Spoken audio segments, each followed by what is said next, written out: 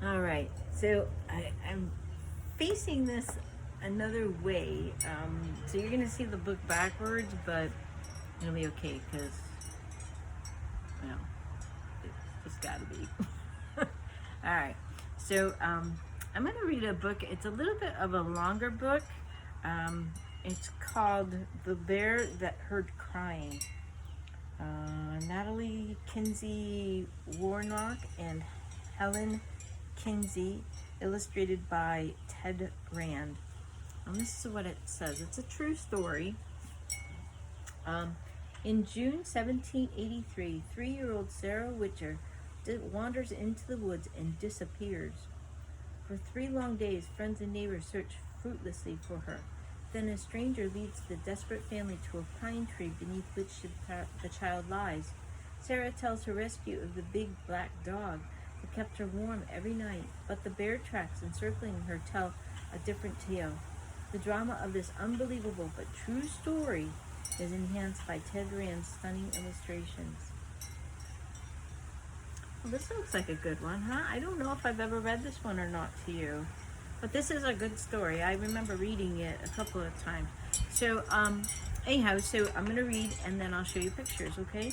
The Bear That Heard Crying. So, there's an author's note in the inside, and it says that of Sarah Witcher is true. Sarah has only 3 years old when she got lost in the woods near Warren, New Hampshire in June 1783. For 4 days, people from surrounding towns looked for her, and just when the search was to be called off, Mr. Heath showed up and found her according to his dream. When she was older, Sarah wrote down what she remembered of those days in the woods and the big black dog that found her. Many of the searchers wrote down their accounts too. It was these accounts that my sister Helen found in an old history of Warren, New Hampshire, while doing geological research.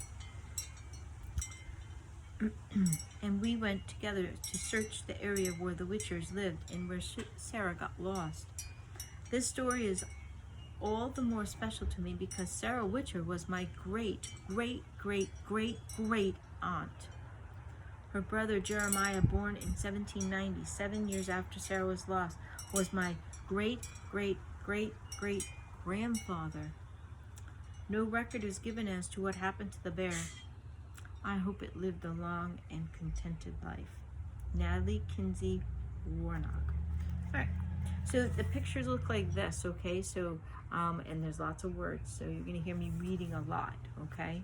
And then I'll show you pictures, okay? Here we go, settle back.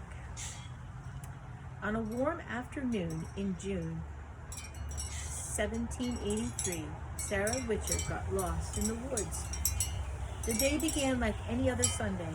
No axes rang in the great pine woods because Sunday was a day of rest. A church hadn't been built yet on Pine Hill, so Papa, Joseph, Reuben, John, Betty, and Sarah, who was 3 years old, sat under the trees near their cabin while Mama read from the Bible. "It's a beautiful day," Papa said to Mama after dinner. "Let's walk to the summit and see Chase and Hannah's new baby."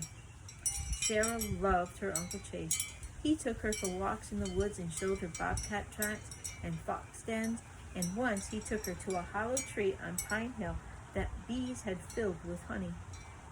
Mama put on her hat, and she and Papa walked along the path into the woods. Sarah ran after them.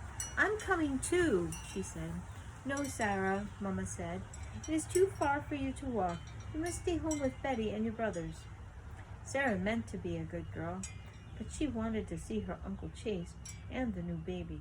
So when Mama and Papa were out of sight, Sarah followed them. Remember, she's only 3. She's just a little thing, right? She walked along Berry Brook. Brook trout swam in the deep green pools. High above her head, squirrels and gray jays scolded her. The trees grew so tall, Sarah was sure they touched the sky. "I'll pick some flowers for Aunt Hannah," Sarah thought. She was so busy looking for wildflowers that she wandered from the path into the deep woods. She ate some wild strawberries and picked bunches of wood scowl and dog-tooth violets. A bobcat leapt over a log, scaring her, but he bounded past, chasing a rabbit. Sarah walked on and on. Blackberry brambles scratched her hands and feet, and her legs were tired. I hope Papa and Mama come back soon, she thought, but Mama and Papa never came. Darkness crept into the woods. The wind moaned through the trees like a crying animal. Made Sarah want to cry just to hear it. She was too tired to walk anymore, so she sat on a mossy rock. She tried to be brave, but the woods seemed just too big and too dark, and before she knew it, she was crying. She was hungry and so tired, and she wanted to go home. What was keeping Mama and Papa so long?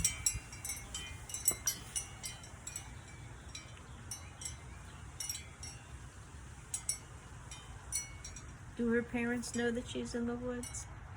Probably now that it's dark they do, but I don't think they knew. Sarah heard branches cracking. She held her breath, listening. Something was crashing through the bushes. Two black eyes looked at Sarah, and Sarah laughed. A big black dog has found me, she thought. He will show me the way home. But it wasn't a dog that had found Sarah. Now she didn't feel so lonely.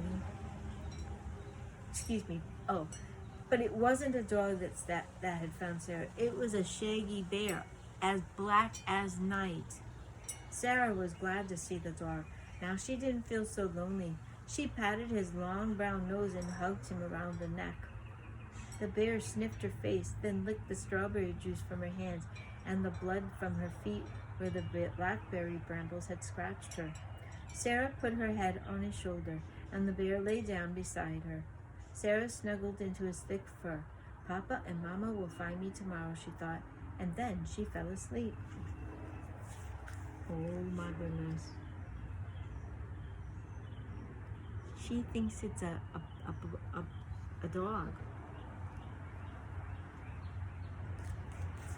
That's how little she is. She doesn't know, you know. Oh, look. Isn't that sweet?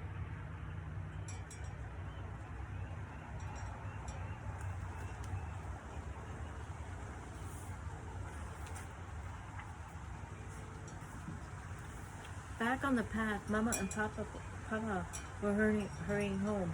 The children ran to greet them. Why did you leave Sarah up at Uncle Chase's? Reuben asked. We did not leave her, Papa said. We told her to stay at home with you.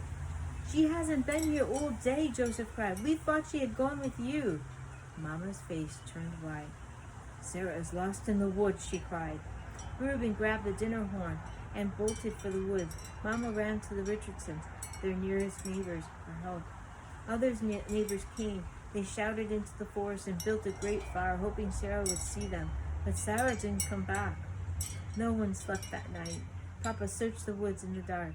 Mama sat by the open door all night, listening for Sarah.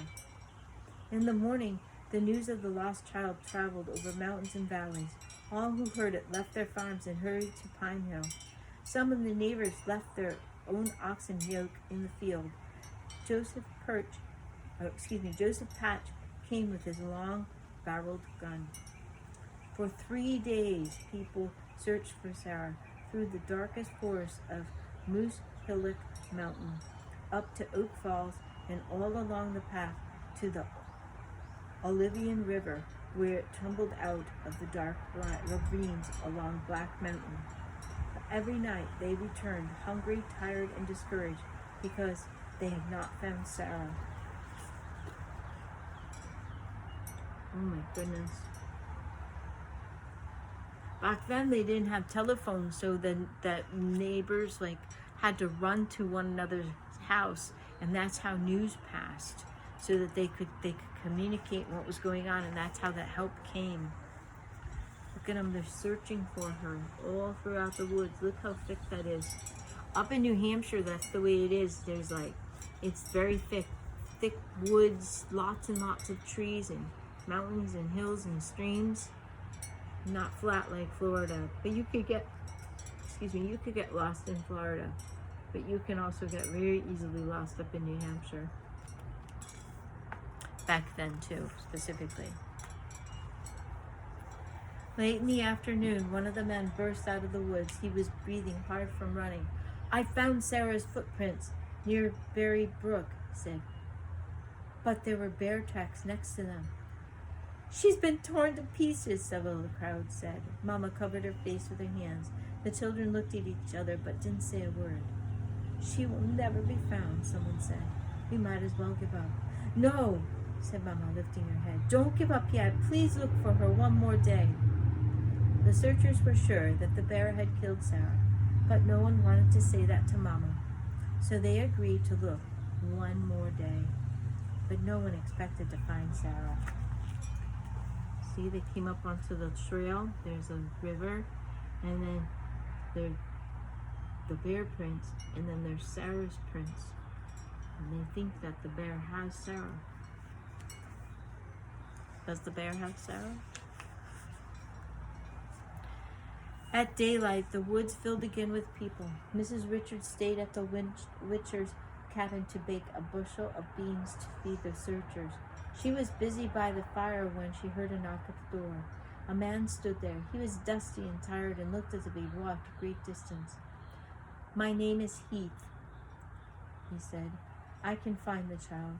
Just then, Joseph Patch came into the clearing.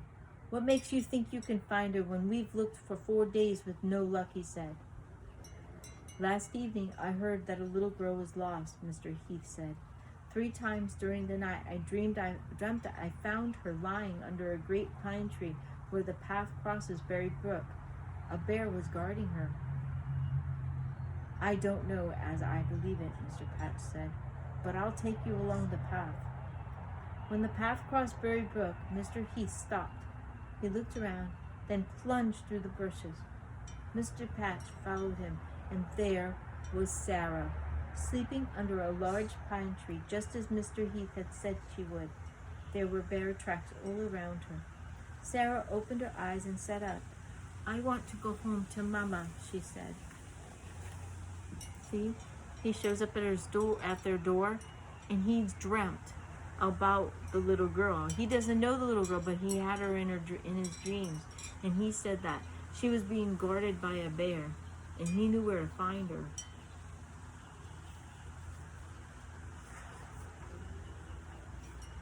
And look at that. There's Sarah. There's the 2 men. How amazing is that? Joseph Patch fired his gun into the air, then picked her up and carried her home. Everyone they met ran ahead of them, shouting and waving their hats. They all talked about Mr. Heath's wonderful dream. Papa and Mama heard the shot and hurried back to the cabin. They heard the shouts of the crowd. "John, Sarah, we have found her!" And then they saw Sarah in Joseph Patch's arms. Boy, she's just a little thing, huh? Look at that. So lucky, huh? Mama fainted. Papa couldn't say a word, but he smoked his pipe as hard as he could. Joseph, Reuben, and John whooped and hollered, and Betty clapped her hands. "Sarah's home! Sarah's home!" she sang. Oof. She fell back in her chair and fainted. She just couldn't believe it. Look at the kids, her brothers and sisters, all happy to see Sarah.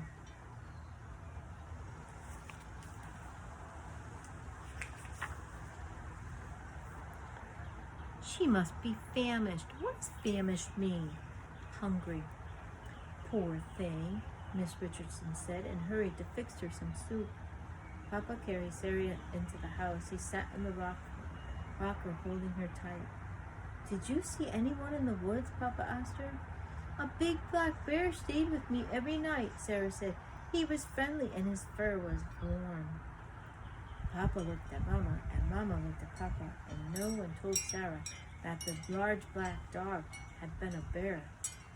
Never had such a feast been prepared. Mrs. Richardson brought out her pans of baked beans, and the women made venison stew, hasty pudding, and cornbread with honey. Oh, that's a happy family, huh? That is a happy family.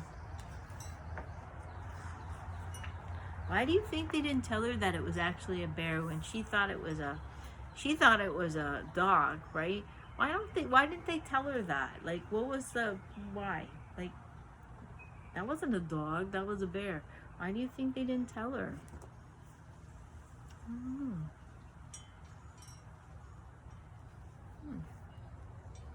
Look at this is their feast. Almost looks like a Thanksgiving table, doesn't it?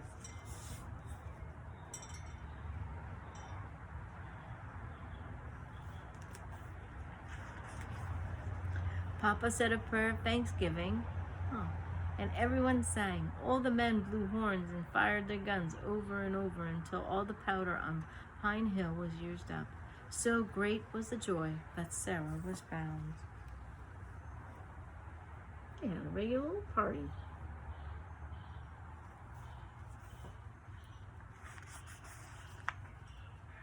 The end. The bear that heard crying. Thank goodness for that bear, huh? That was a good one. All right, this is kind of a long one. This is a 16-minute and plus book, so make sure you have some time to listen to it. If not, you can stop and go and listen to it as time allows. All right.